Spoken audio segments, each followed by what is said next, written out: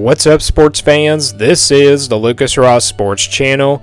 We continue with our 2025 college football schedule preview and very early projected record series. The North Carolina State Wolfpack are up next. Before we look ahead to 2025, let's take a look back at what NC State did in 2024.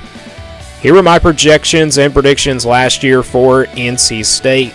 My projection for this team was actually pretty high at 9-3, and then my prediction for them was a little bit lower at 7-5. But I was kind of expecting NC State to be right there around 6, 7, 8 wins. This is a very consistent program in the ACC. We know that, but they were kind of under that. They went 6-6 last year, so maybe as an NC State fan, you think this was kind of like a disappointing year, but I wouldn't really say it's a disappointing season, but they just had a pretty tough schedule, and the overall record for this team last year was 6-7 if you count their bowl game loss at the end of the year. Looking at the schedule from 2024, again, it was a tough schedule. I think that's the reason why the Wolfpack did go 6-6 last year in the regular season, but 6-7 overall. You look at this non-conference schedule, first off, they played Western Carolina. They, of course, had to play Tennessee out of the SEC.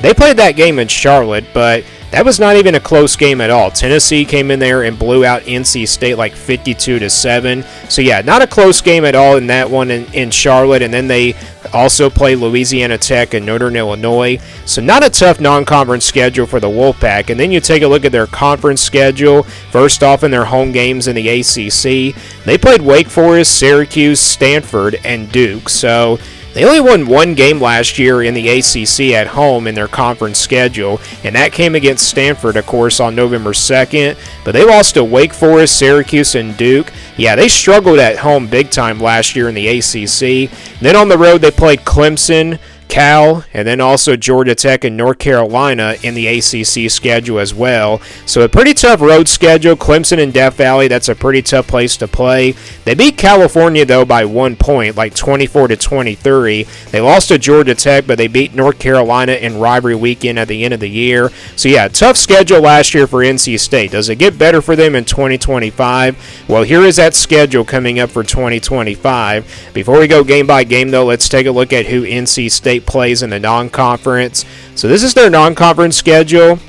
And very interesting that they're only going to be playing 3 non-conference opponents. Last year they played 4, but only 3 this time. I guess that's how the schedule works here for NC State, but they'll play East Carolina, Campbell, and then also Notre Dame on the road. So you look at this non-conference schedule, a couple of cupcakes that they should be favored in, and then obviously you've got the Fighting Irish and Notre Dame, and again, that game is on the road, so maybe NC State is probably a big underdog here against the Fighting Irish. Yeah, Notre Dame may not be as good as they were last year, but either way, that's a tough place to play. So non-conference schedule is not tough, but when you got Notre Dame in there, it does make it a little bit tougher. Let's now take a look at their home schedule in the ACC.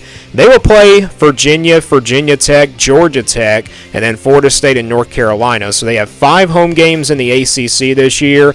Virginia, Virginia Tech, and Georgia Tech. You know, Virginia's a pretty winnable game. Virginia Tech will be a solid team. Same thing with Georgia Tech. They'll be solid. Florida State, we'll see if they can turn things around after a terrible year. Again, that'll be a home game there for the Wolfpack, and then obviously you've got the rivalry with North Carolina, and they've kind of owned the Tar Heels now in the last few years. I don't know when the last time North Carolina actually beat NC State, but I gotta tell you, NC State has definitely owned North Carolina in this rivalry for the last few years now. And again, I talked about this, yesterday when I did North Carolina's projection video. I talked about the rivalry really heating up more because Bill Belichick is coming over and taking over for the Tar Heels. So yeah, 5 home games in the ACC for NC State. Let's now take a look at their road games. They will play on the road at Wake Forest, on the road at Duke, and then they play Pittsburgh and then also Miami. So not a bad road schedule for NC State. Wake Forest and Pittsburgh. Wake Forest, don't know how good they're going going to be. Pittsburgh will be a solid team. That's kind of a tough place to play. But then you got Duke. That's not a very tough place to play. But that's a rivalry game. You know, the Blue Devils were a big surprise last year. We'll see if they continue to head in the right direction with Manny Diaz. And then you got Miami. That's probably going to be the toughest road game on here for NC State. So not a bad road schedule, but let's go back to the schedule now and go full game by game now for NC State. They will open things up with East Carolina on a Thursday, August 28th, and then they jump right into ACC play the next week to play Virginia on September the 6th, and then they go on the road to play Wake Forest on September 11th. This is also on a Thursday, so that's like their second weeknight game here on this schedule so far. Then they got Duke here on the road on September 20th, so back-to-back road games there with Wake Forest and Duke. Kind of tough, but not really that tough. I mean, those are two winnable games there for NC State. Then they play Virginia Tech at home on September 27th, and then also Campbell on October the 4th, and then they go on the road to face Notre Dame on October the 11th. They get a bye week right after that Notre Dame game before playing Pittsburgh on the road on October 25th. So you got back-to-back road games there with a non-conference opponent in Notre Dame, and then you got Pittsburgh out of the ACC.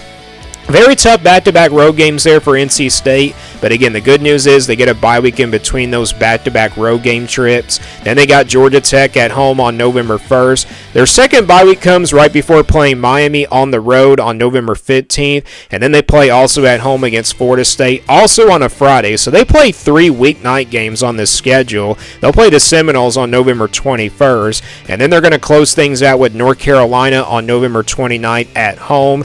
So you look at this schedule for NC State, it's not really a tough schedule. It is a little bit tough when you got Notre Dame in the non-conference, and they also got Miami on the road, but no Clemson on this schedule, which I think that's the team you do want to avoid out of the ACC, and obviously no Louisville either, so not a bad schedule. Let's now get into the projection here for the Wolfpack. This is the scale I'll be using here for their official projection.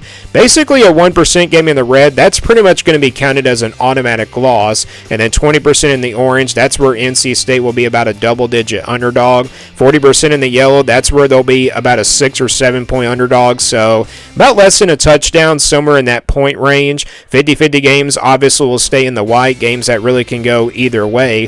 60% in the purple, that's where NC State will be favored by less than a touchdown, so about 6 or 7 points, and then 80% in the blue, they'll be favored by double digits. 99% in the green, though, that's pretty much your automatic wins. So we'll start with the automatic wins here for NC State, the easy wins as well, as you like to call it. I got a couple of those, East Carolina and Campbell. It would definitely be a big shock if NC State definitely lost one of these two games.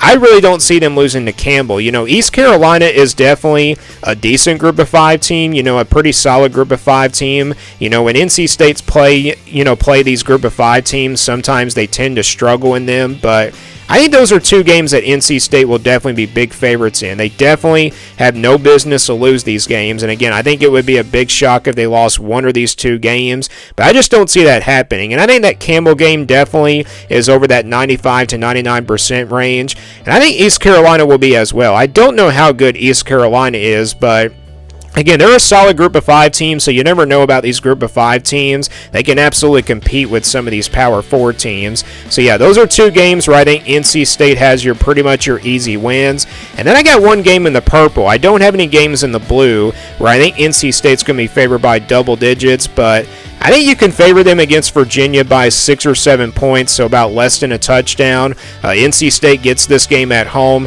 I don't know how good Virginia is going to be. You know, this is a program that's been up and down. You know, they've been the worst team in the ACC. Not the worst team in the ACC. They were not even close to being that worst team in the conference last year, but this is just a program that's really not been back on the rise, you know, for quite a while, and I think NC State is definitely a better team compared to the Cavaliers. So again, it's not a guaranteed win just like the green games are, but, you know, I think NC State will still be a favorite in this one by 6 or 7 points. And then you go go to the rest of the schedule, almost all these games are pretty even except for a few of them. We now go to the games where NC State's going to be underdogs in. They're not in the red, but I do have a couple of games on here where I think NC State's going to be double-digit underdogs. Those two games come against Notre Dame and Miami. I think two of these games, NC State will be underdogs in both of them by double digits, so about a couple of touchdowns. Let's say they're 10 to 14 points, somewhere in that particular point range. Both of these games are on the road. That's the reason why they're both in the orange, and these are very tough places to play.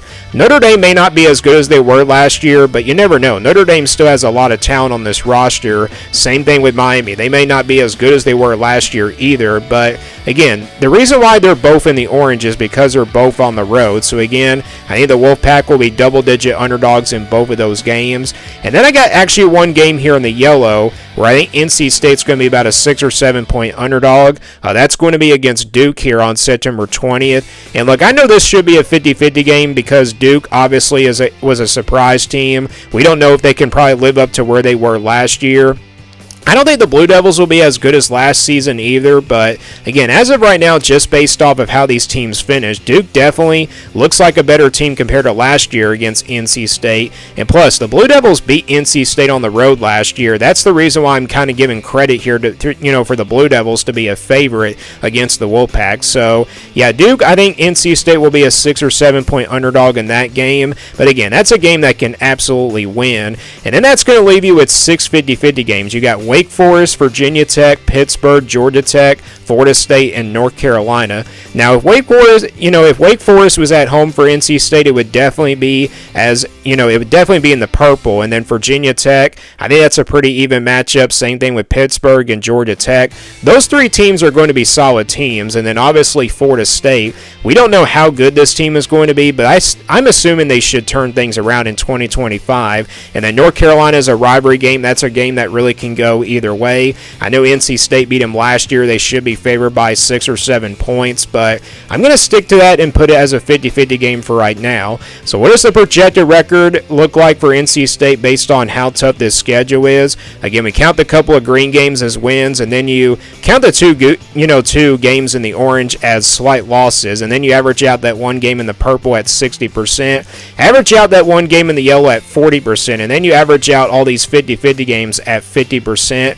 And let's say they split these 50-50 games. Let's say they win at least 3 out of the 6, and then they'll probably be a slight underdog against Duke, and then they'll probably be favored here against Virginia. Plus, you got a couple of wins here against East Carolina and Campbell. Again, that's going to give you a total of 6 wins, so that's what the projection is for NC State. 6-6 here for 2025. I think that's a pretty fair projection. You kind of expect NC State to be right there around 6, 7, 8 wins because usually this is one of the more consistent programs in this conference, and they usually get to a bowl game every year, and they're definitely well coached. But again, after last year, can they probably, have a better season? That's going to be a question mark there for the Wolfpack. But looking at the best case scenario, I probably have to say 7-5, and then worst case probably 5-7 and not making it to a bowl game. If they go 5-7 or worse than that, like 4-8, then yeah, that's kind of a disappointing year for a consistent program in the ACC. But again, looking at the schedule, it's not too tough for NC State. It does give them a chance here to at least go 50-50 on their schedule and make it to a bowl game. Do you guys agree or disagree with this projection for NC State? Let me know your thoughts down in the comments below, and also give me your thoughts about NC State as well. Thanks for watching this video, and stay tuned for more sports content videos on my Lucas Ross Sports YouTube channel.